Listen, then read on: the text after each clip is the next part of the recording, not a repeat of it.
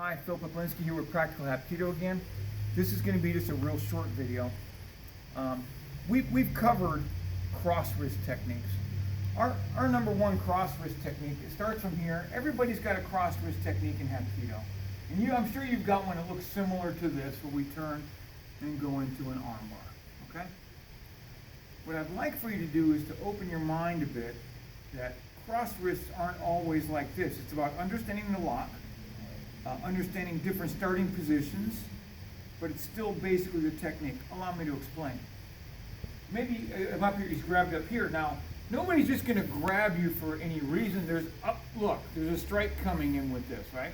Is this more feasible for the street? You grab, and there's a strike coming in with it, right? It probably look more like this, a little bit of a pull along with it, right? Yes, sir.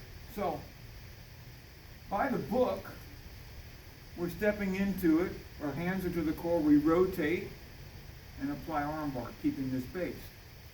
Now, if we look at it from this, when that strike comes in, when I step in and turn, what I've created here is what's called a crossbody motor reflex.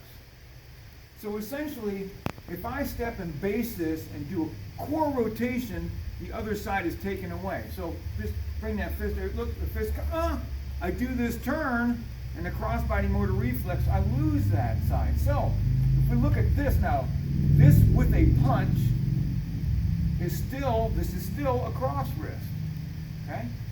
So this with a punch, I bring my body into him, base it, rapid turn, and I strike just above the elbow and the tricep tendon with my ulna bone, and I add a hard core rotation to it.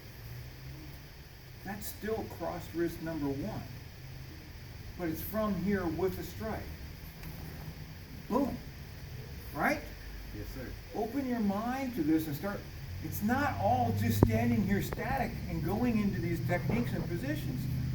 Start changing this. Cross wrist is here, but if he keeps hanging on, I can go all the way to different positions, right? Even from here, and it's still a cross wrist. But things slightly change, and you have to adapt. What you really need to do is to understand the lock and feel the lock, because you have to be able to transition through this stuff. He's an active participant in this as my opponent, and he gets a say in this, okay?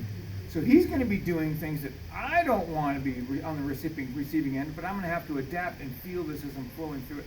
I hope that kind of makes sense. But anyway, get on the floor, train with your partner. At first, be complacent and help each other, but then start adding some active resistance and change how you're doing the attack, okay?